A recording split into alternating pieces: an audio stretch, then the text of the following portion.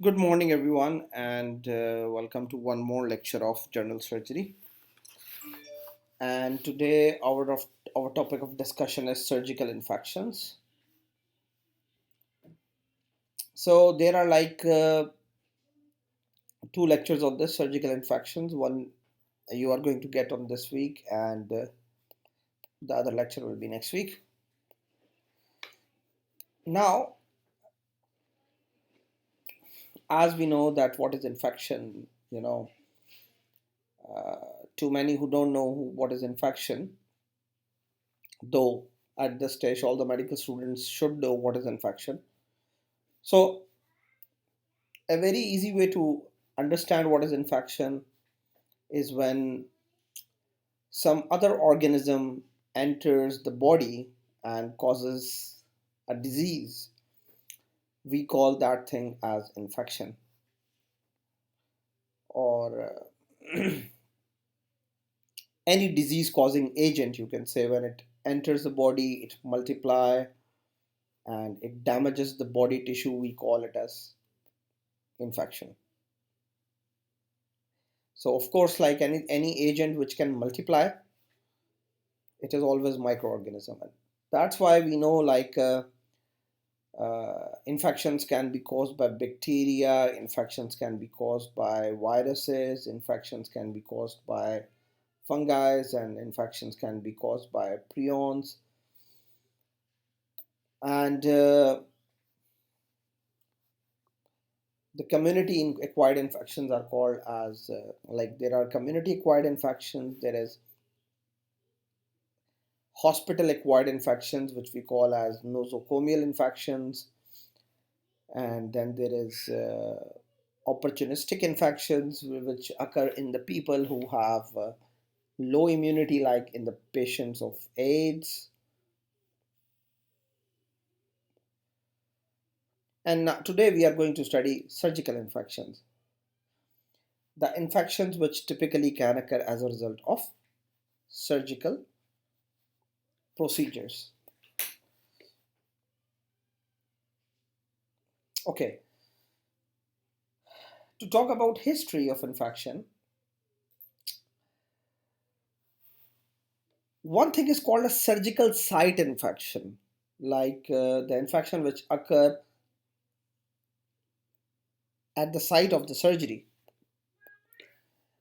And not only these, but there are infections, of course, which can occur as a whole anywhere in the body, but which can, or the organisms can enter in the bloodstream or in the body um, through or during the surgical procedure. And the surgical site infections or surgical infections are a major concern because it was it is a major complication of any surgery or trauma. If you will talk about the history,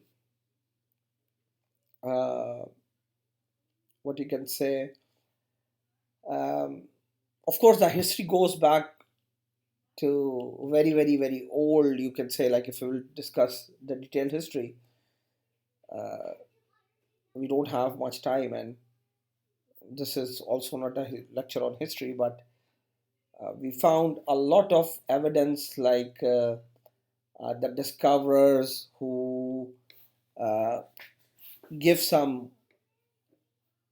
uh, direction, like how these infections are caused, who give theories and all these things. But uh, if you will see, like, here is the name of someone, I don't know how to pronounce it, but it's Ignaz Semmelweis. So now you can see over here that uh, basically he was a physician, okay, in Vienna, and he's the one who noticed that the mortality from, you can say, the puerperal, means like after giving birth. So after giving birth, many women, they have fever, and uh, like of course fever due to infection. So what he noticed, like uh, the women who were dying from uh, this fever uh, was much higher in the teaching hospitals or the teaching ward than uh, at the places where, like before, in old times, there were what you can say midwives who give birth to the children who, like you can say, they were uh, the old time gynecologist, not the classified one, like, but they were experienced in childbirth process. So what he found, like the mortality is much higher in the teaching hospitals rather like when someone deliver at the home or by the help of the midwives. So this was an interesting observation by him. So, and one of the things he noticed that all the women who delivered before arrival on the teaching ward or in the teaching hospital had lower mortality. So uh, this is the one of the thing which he noticed. And what happened? One of his colleague, he died because of a knife scratch. Like the colleague was performing an autopsy on a woman. The woman who died because of this fever. Okay, so a woman who died because of this fever. His colleague was performing an autopsy on that woman, and during that autopsy, he got a knife scratch. Okay, and uh, he died because of that infection. So what he found, that the pathological findings in his friend were identical to the woman who died from postpartum fever. So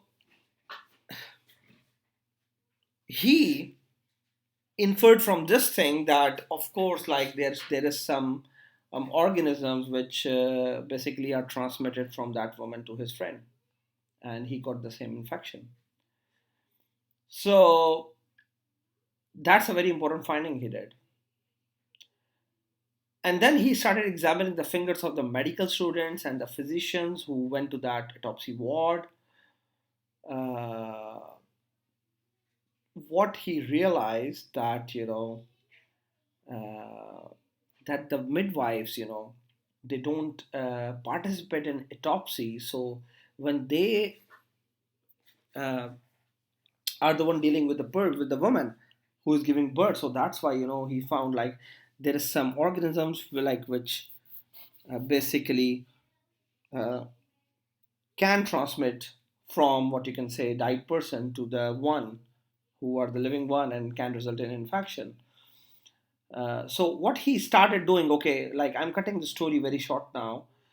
um, you can see over here, he realized that washing hand with a chlorinated lime solution decreased incidence of newborn death, right? So um basically what he did, like he put a notice on the board on the door that all the caregivers to wash their hands by the chlorine water before entering this area, so that and just because of this thing, there was a huge change. The mortality decreased a lot, and the mortality decreased so much that the midwives mortality become higher than, like you can say, the teaching ward. And in 1861 he published the classical work he did on childbed fever, based on these records and his observations. Okay. So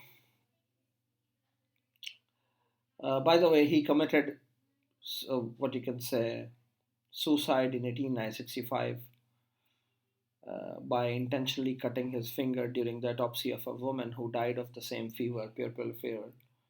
Okay.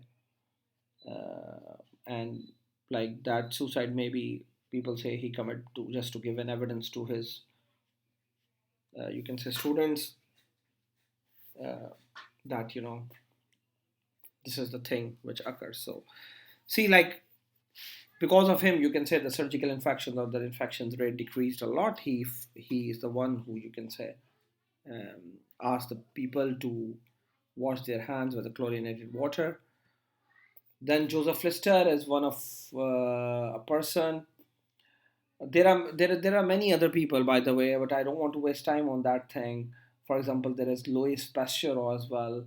He also had what you can say, some known theory of germs. Okay, uh, what you can say, he experiment on silkworms and all this stuff. So Joseph Lister is, you can say, one of the person. He was the son of a wine merchant, and he became the professor of surgery at Glasgow, in Glasgow. So what he noticed is basically uh, that 50% of the patients, who undergo amputation. Amputation means, like, when they cut some part of the body, for example, in diabetic or as a result of trauma, when something is not viable. So what he found, like, uh, what he found that, all the patients who get amputations, 50% of them, they die because of infections. So what he did, like, basically, like the Louis Pasteur theory of germ, he read that, and what he started doing, he started using carbolic acid solution. And what like then in 1867 he published in British Medical Association that, when we dress these people with carbolic acid solution, uh, you can say, like, the results are very good. So whenever he start using dressing of carbolic acid, like he used 12 patients with compound fractures. 10 patients, they recovered and there was no need of amputation.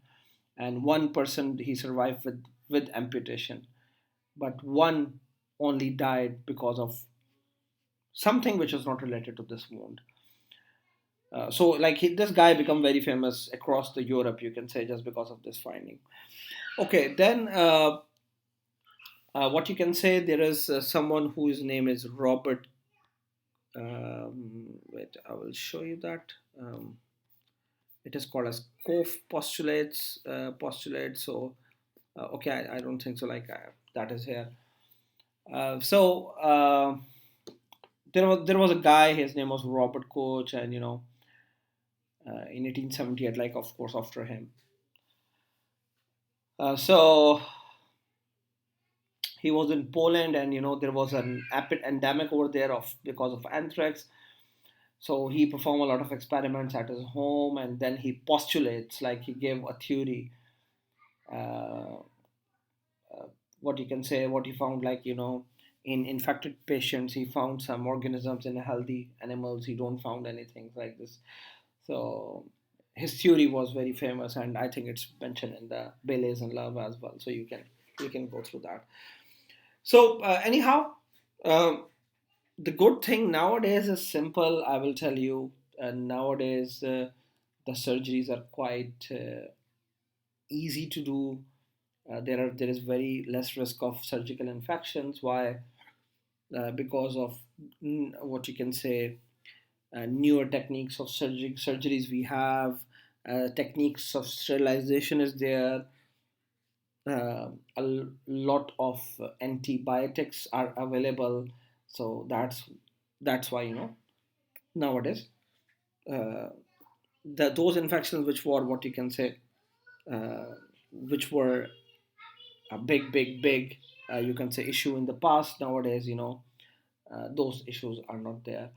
uh, penicillins were the first one which were discovered, and nowadays we have a number of antibiotics, number of antifungal drugs, number of antiviral drugs as well, which basically decrease the incidence of infections. So of course, like, with time, and still, nowadays there is newer and newer discoveries. Uh, so simply, we can decrease the surgical site infections or the hospital acquired infections, uh, especially the surgical site infections. uh, by good patient preparation, by giving antibiotics, by maintaining normothermia, normoglycemia, by appropriate wound management, by using antibiotics, or you can say specific antibiotics for the antibiotics which cover like the risk we are going to do. So nowadays, of course, there's a lot of things. So like all these things, we are going to discuss during this lecture. Soft tissue infections, post-operative infections, antibiotic prophylaxis, and blood-borne pathogens. So what is infection? As I told you already, what is infection? So one of the thing which I wanted to talk here is simply anyone who have infection, okay? Anyone who have infection, uh, they undergo some things, for example, something called as SIRS, systemic inflammatory response syndrome. You should know what is sepsis, when uh, the blood, like the infection is widespread, we call it as sepsis. So sepsis is the presence of infection, and when the host, they are responding to that infection. And how the host respond, it respond in the form of systemic inflammatory response syndrome. We will be having one whole lecture on that, okay? So of course, like whenever there is any organ dysfunction in the body, we call it as severe sepsis. And when there is hypotension added with that, simply we call it as um, septic shock. Okay, so uh, a lot of what you can say discussion will be done for this as well. Okay, so let's start with the. Uh, these are the same thing which I was talking about before. You can say causes of reduced host resistance to infection. Okay, now this is very important. See, uh, and we have already, if you will combine this lecture with that wound management or like wound healing, you would understand a lot of things. See, causes of reduced host resistance to infection. You can see over here. We have discussed all this thing before. Malnutrition, including obesity, diabetes, uremia, jaundice, and disseminated disease like cancer or acquired immune deficiency syndrome or AIDS, or iatrogenic like someone who is getting radiotherapy, chemotherapy, or steroids. So of course, like any patient who have these things, they have reduced host resistance, like they have reduced resistance to infection, which means like they have increased incidence of getting infections. So this thing, again, these are the risk factors for increased risk of wound infection. You can see malnutrition, again, metabolic disease like diabetes, immunosuppression, colonization and translocation, the GIT, poor perfusion, foreign body material, or poor surgical technique. And factors that determine whether a wound will become infected or not, again, the things are same. Host response, virulence of the infective agent, vascularity of that tissue. Of course, when there is decreased vascularity, there is increased chances of infection. But whenever the vascularity is more, of course, like the blood, the infection fighting cells can reach over there easily. A presence of dead or foreign tissue and presence of antibiotics during the decisive period. So uh, if the antibiotics are there, of course, the infection chances are less. But if the antibiotics are not there, of course, the infection chances will be more. So now you can see over here uh, infection, and this is systemic inflammatory response syndrome.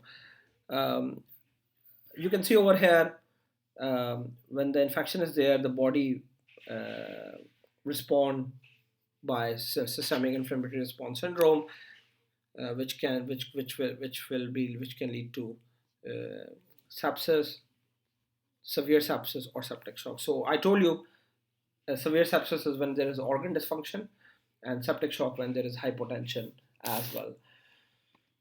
Like now we all know like what are our defense mechanisms. Okay, what are the ways the body eradicate or fight this microbes or microorganisms. There is a very complex, highly regulated system available in the body, and we have a lot of circulating blood cells. We have lymphatic tissues, and we have, for example, uh, acid in our stomach. Okay, like the pH is very much low.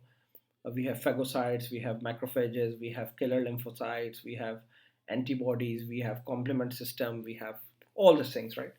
And adding something on that, of course, like we have uh, antibiotics as well nowadays. You can see over here when we say like someone has systemic inflammatory response syndrome. um, you can see over here any two of the following criteria should be met. Temperature less than 36 or more than 38 degrees Celsius, heart rate greater than 90 per minute, of course, a respiratory rate more than 20 per minute, and WBCs count less than 4,000 or more than 12,000 per millimeter of cube. So any two of these will say that that someone have um, systemic inflammatory response syndrome. So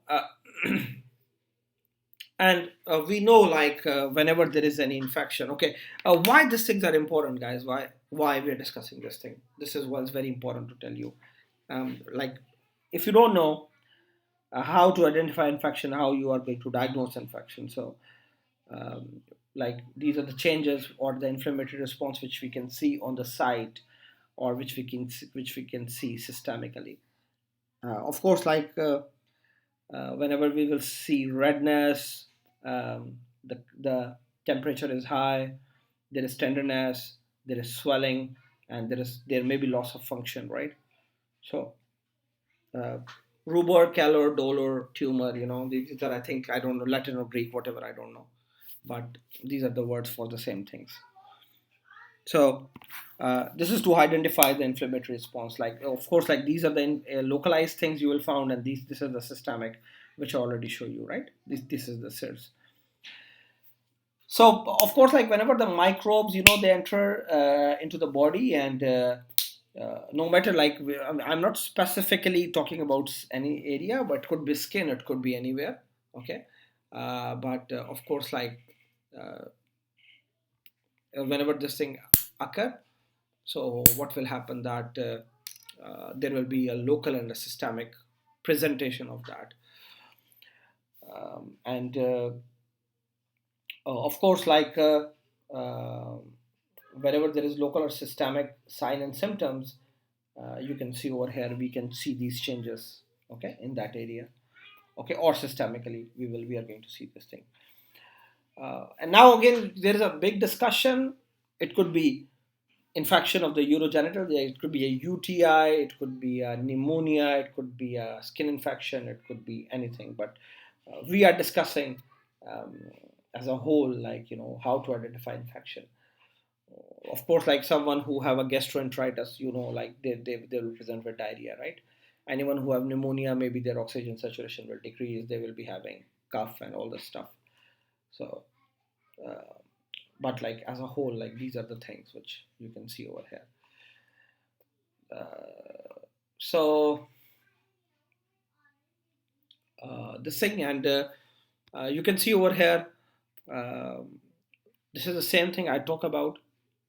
What is systemic inflammatory response syndrome? Two of these, okay, one, two, three, four. Out of four, two of these, and sepsis is systemic inflammatory response syndrome with a documented infection. Uh, Severe sepsis or sepsis syndrome is like when there is evidence of one or more organ failure, like acute respiratory distress syndrome. Septic shock is when there is fall in blood pressure, or you can say when it is coupled with hypotension, right? So we could call it as uh, um, septic shock. So again, like of course, a lot of what you can say the basics are needed over here. you must know, okay, in pathology books, I don't know which one you're using, but in all the pathology books, they have well explained what is inflammation, what are the inflammatory cascades and all these things. So of course, like, very important to understand that. Here is a very very very simplified version of that, which you can see. Okay, you can see over here a colonization of aerobic gram negative bacilli in gut. Okay, uh, so what will happen? The infection will reach the mesenteric nodes. um, See, translocation, failure of gut associated lymphoid tissue. So the gut failed to localize that. It reached the lymphoid tissue. They started releasing that endotoxin. Macrophages are involved, cytokines are released, and it can result into systemic inflammatory response syndrome or multiple organ dysfunction syndrome. So, uh, of course, like the microbes, they are the defense mechanism of the body, and uh, immunoglobulins, complement system, all these things, they play a role. We know, like, so what are the cytokines? There are many cytokines, like, for example, uh, tumor necrosis factor, interleukins, interferon gammas, and all these things, right? So of course, like, all the cytokines will be released, like the inflammatory cytokines as well as the anti-inflammatory cytokines like IL-4 and IL-10, or interleukin 4 and interleukin 10. So of course, like, all the things, they will result into phagocytosis, or activation of that complement system. And what is the main thing is to damage or destroy that microbe. Of course, like, here, one thing which is very important to discuss is, uh, of course, one of the thing is, we call it as eradication, and one of the thing is called as containment. Okay, so whenever it's eradicated, of course, the infection is gone. Whenever it is contained, it means like the organism is still in the body, but it is contained to one area. That's, you can say, the basics of the chronic infections. Okay. For example, we will discuss one condition called as furuncle. Okay, you would understand, like, then I'm talking about, like, what is containment. Furuncle is collection of abscess in one part of the hair follicle, and that means, like, it is contained to that part of the body. So, this thing, now, um, I'm going to talk about, what you can say, um again, like, what is this? We have discussed this thing, right? Now, what you can say, we can go further. And of course, like, in the next part of the lecture, what I will be doing is, like, I will be talking about the antibiotics, a very short review in the next lecture about antibiotics, and how they're used, and what is prophylaxis and stuff like this. So simply, like, until now, what we have gone through is, like, I talk about the introduction, what is sepsis, SIRS, septic shock, and all this stuff. What are the factors or the force factors, like, older age, like, they are high risk for surgical infections. Okay, uh, malnutrition and all this stuff. So we have discussed this thing until now. So, and also, of course, like, diabetes and all this stuff. Okay, so, going further, um, bacteria is involved in surgical infections, guys. Here I write just few of the names, but of course, in there could be any type of bacteria, right? Uh, there could be any type of bacteria or viruses. For example, HIV. HIV is a virus, and see, if someone is not following uh, good ways of sterilization, of course, they can transmit infection from one person to the other person. So again, like, because this HIV they contracted as a result of surgery, so that is a type of surgical infection as well. Not a surgical site infection, but an infection which result due to surgery, right? So, remember, for example, many patients, they get hepatitis B or C as a result of surgical procedures. So that are the infections. which are acquired during the surgery. So, of course, they are a type of surgical infection, not the surgical site infection, but of course, they are a type of surgical infection. So, of course, like as I told you, you can see over here. Here, I put like some of the organisms, but in reality, they are a lot. You can see streptococci, clostridia, gram-negative bacilli, bacteroids. Guys, not like this. Of course, there is a lot. Okay, hospital-acquired infections, like there could be a lot of aerobic gram-negative. There could be anaerobes. Okay, so if you're good in that, your microbiology, like you must know what I'm talking about. There could be fungi as well. There could be candida, aspergillus. There could be viruses. I gave you the example of hepatitis B, C virus. Cytomegalovirus is there. Herpes simplex virus is there. So of course, like um, here, just few of the names are written, but it could be any of the bacteria. It could be any of the viruses. It could be any of the fungi. So of course, like that's a very important thing to discuss. So let's start with surgical infections now. Surgical infections, and in specific, what we are going to talk about is surgical site infection. Okay, so now surgical site infection is basically infection which occurs at the site of the surgery. Okay, so they are basically, you can say, we can classify them as um, wait, yeah, incisional, which uh, occur at the site of incision, okay, uh, or organ, or you can say space infections. Okay, so see, uh, but of course, like at the site of the surgery, for sure. That's why they are called a surgical site infection. Okay, now um,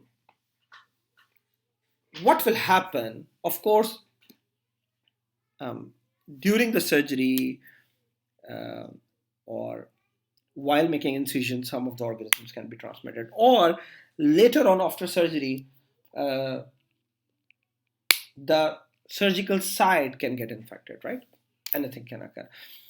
A very important thing, whenever anyone have surgical site infection, one of a very common thing which we see is, for example, a discharge. It could be a discharge, or it could be a discharging pus. Okay, of course, with some systemic features like again temperature, or you can say hyperpyrexia, tachycardia, tachypnea, or raised white cell count. Now, what I'm talking about systemic inflammatory response syndrome. Okay, so discharge can be pussy discharge, discharge can be serous discharge. Now, one of the thing, surgical surgeries are basically classified according to what you can say, um, either it's a clean surgery. Um, well, let me see if I have any, sorry, any slide for that. I will take it out so that you would understand it better. Just 1 second.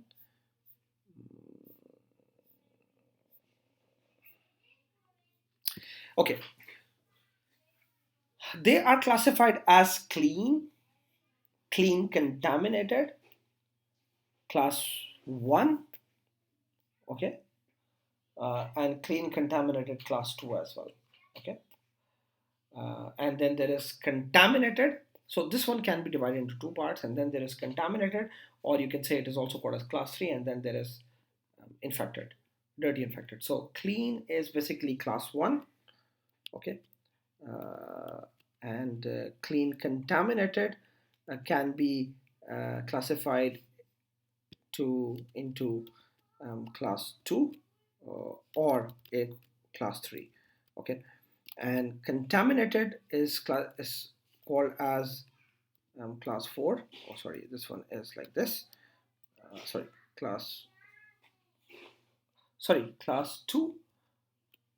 Clean is class 1, clean contaminated class 2, and there are two types of clean contaminated. So class 2, okay, clean contaminated is class 2, and this is class 3, and dirty or infected is classified, or is, say, we say them as class 4. So what is this classes, by the way? Okay, see, um, now um, you can see over hernia repair or breast autopsy. Okay, we call it as clean wound. Um, so these are the infections, or clean wounds are those which, like, in those, like, basically there is no infection is present. Only, like, in hernia repair or in breast biopsy, what you're doing, you are making incision on the skin. So only you can say the skin flora can contaminate the wound. Okay, and uh, there is no cavity you are opening from which, what you can say, the bacteria can enter, right? Whereas clean contaminated, so you can say cholecystectomy or planned bowel resection. So you are opening a cavity, you are opening a GIT, or you are opening a gallbladder, whatever it is, whatever it is.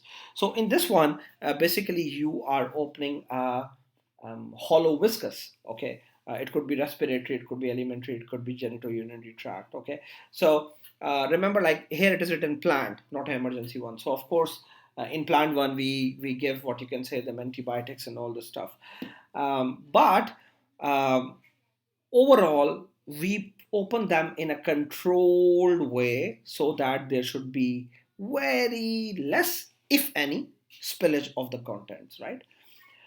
Um, whereas whereas contaminated are those in which, what you can say, uh, you are opening some cavity accidentally, for example.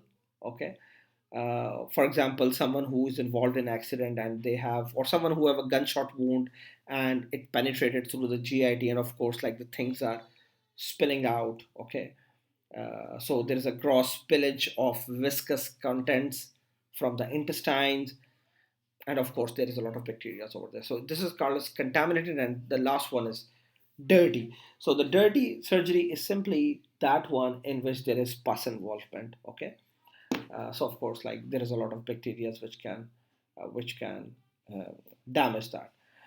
So now, okay, now I'm talking about this thing, guys, simply because you can see over here the chances of, what you can say, the percentage of the people who can get infections as a result of this thing. So clean, very less chances, but dirty, very high chances of getting infection, right?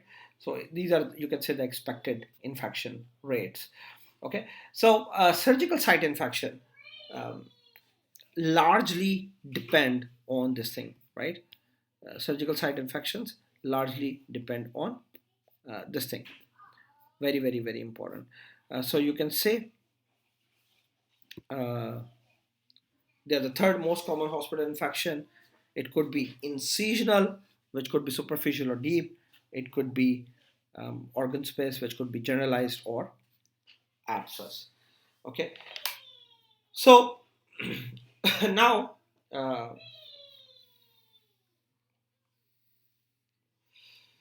you can see over here that anyone who have a surgical site infection, uh, it completely depend on the type of surgery you are doing. Okay, either you are doing it complete, not completely depend, but that thing plays an important role.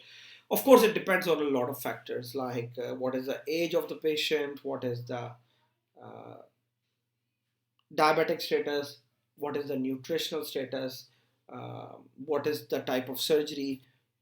Either it's elective surgery, either it's emergency surgery, either it's as you are doing the procedure as a result due to trauma. How much is the blood supply? How much was the operative time? How much was the ventilation? Uh, what was the age of the patient? uh, all these factors, play a lot of role in that. But a very important thing to understand here is what, it also depends on what type of surgery it is. Either it's a, clean surgery, it's a clean contaminated surgery, and all those things. Okay, so uh,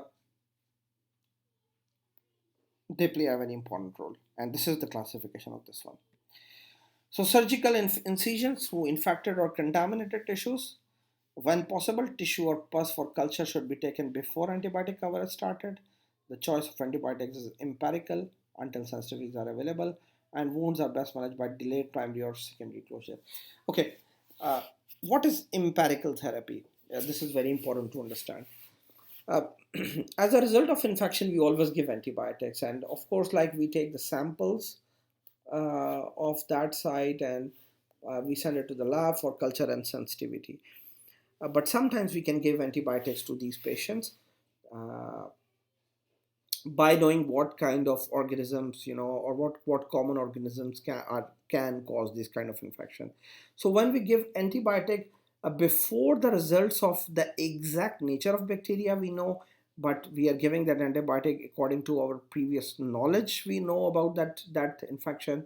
For example, someone who have a pneumonia, when he will come to me, of course, I will not wait for the lab reports to come about what kind of bacteria is there. Rather, if it's a community acquired pneumonia, okay, the most common cause is Streptococcus pneumonia. So I'm going to start with that antibiotic which cover that.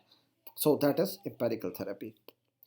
So these are some photographs of surgical site infection. You can see the discharge coming out. You can see this um, shiny areas, or you can see there could be a discharge of pus as well. Okay, and as I told you, there are many factors which basically affect either the person will get surgical site infection or not. Here, of course, like there is a lot. Again, diabetes, hypoxia, hypothermia, leukopenia, tobacco smoking, immunosuppression, malnutrition, poor skin hygiene. Okay, so uh, I told you many others. For example, someone is taking any drugs, of course, steroids, they will be immunosuppressed. Someone who is obese, it means like they have malnourished.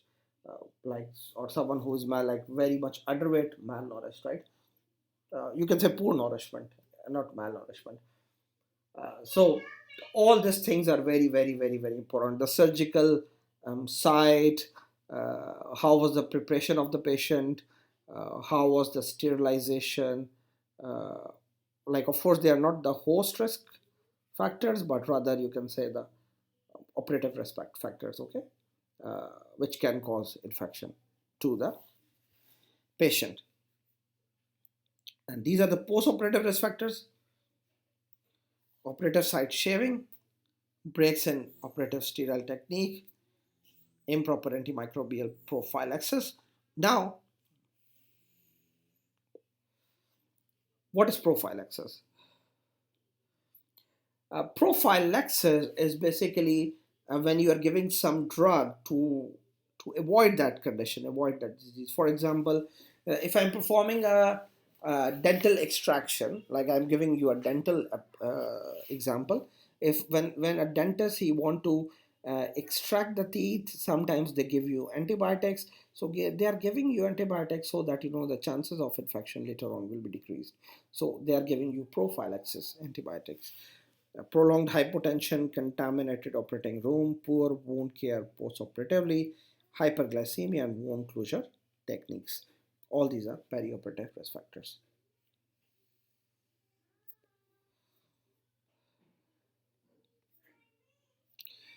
Then you can see over here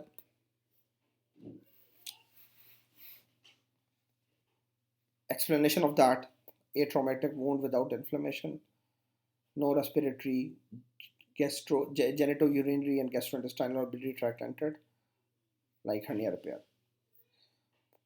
Class 2 clean, contaminated, controlled entrance into respiratory, genitourinary or gastrointestinal or biliary tracts, cholecystectomy, elective bowel resection. Class 3, which is contaminated, traumatic wounds, major break in sterile techniques, gross pillage of gastrointestinal contents, acute non-purulent inflammation like appendectomy. And then there is class 4, which is dirty wounds, like old trauma wounds, devitalized tissues, existing clinical infection, perforated viscera. Okay, for example, Hartmann's for diverticular perforation. This is the name of the surgery. The infection rates are very, very, very high in this case. Okay, so these are what you can say the explanation of what we have done. Then, what is the treatment of that? Treatment is quite simple.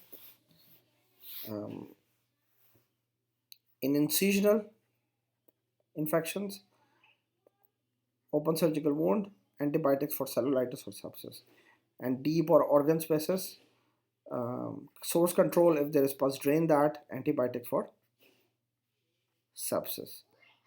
Okay, so all these things are all these things can be done for these patients. Okay, so I think like this one is getting too long, so what we will be doing, or we can cover a small part of that, and then in the next lecture we are going to discuss um, rest of the things. Okay, so I told you what is prophylaxis, right? So we always give operative antibiotic prophylaxis like uh, to the patient who is undergoing surgery. Like it decreases the bacterial count at surgical site, given within 30 minutes prior to starting surgery, or vancomycin like 1 to 2 hours prior to surgery. Of course, like if the surgery is wrong, so we can give them again. And like these are what you can say the antibiotics which we can use for prophylaxis, like before antibiotic starting surgery. So here is a list. Maybe the list sounds very long, like looks very long to you. You don't have to memorize, but with time, like you will like one day you would know like what you have to do. You can see like the example I gave you, like the dental patients, like before extraction, they can give you antibiotic before that. So see, 1 hour prior to procedure, and 2 gram per oral, we can give cephalexin, cephedrine, or amoxicillin. You can see like for ophthalmic, orthopedic, vascular, gastrointestinal, depending like either you are doing esophageal surgery, biliary tract, or colorectal, head and neck, obs and gynae procedures, genitourinary procedures. So you can, if you will see over here, all the uh, antibiotics they are giving. You can say 1 hour prior, begun dose 60 minutes prior, or all these things you can see, right? And discontinued within 424 hours of procedure for most outpatient office-based procedure. A single pre-procedure dose is sufficient. Of course, like the thing is not that simplified, rather a little complicated, but uh,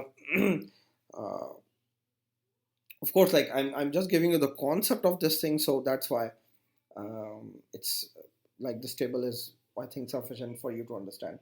So a very important thing is to know what is prophylaxis, and the second thing, what is empirical therapy, right?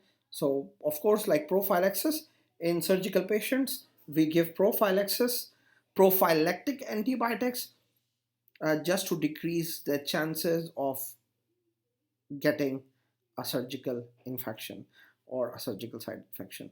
And of course, when I'm talking about antibiotics, it means like I am talking about bacterial infections. Of course, like antibiotics um, cannot what you can say uh, cover the fungal or the viral infections. Okay, so guys, that's all about like for today, and of course like the topic is not finished, rather in the next week we are going to talk about many other infections, not the surgical site infections. Like we'll be talking about cellulitis, we will be talking about abscess, we will be talking about gangrene, like gas gangrene. We will be talking about necrotizing fasciitis. Yes, of course, we will talk about furuncle and carbuncle. We will be talking about tetanus, though like the chances are very less nowadays in developed world, but we'll talk about that. We will be talking about, I think, yes, we will talk. We'll talking about the hospital-acquired infections like UTIs and pneumonia, and then in the end we will talk about, for example, uh, occupational risk or prophylactic antibiotics. Again, I will talk a little more about that in the end. Okay, so in the next lecture we are going to cover these topics. Till then, thank you so much, and I will see you around.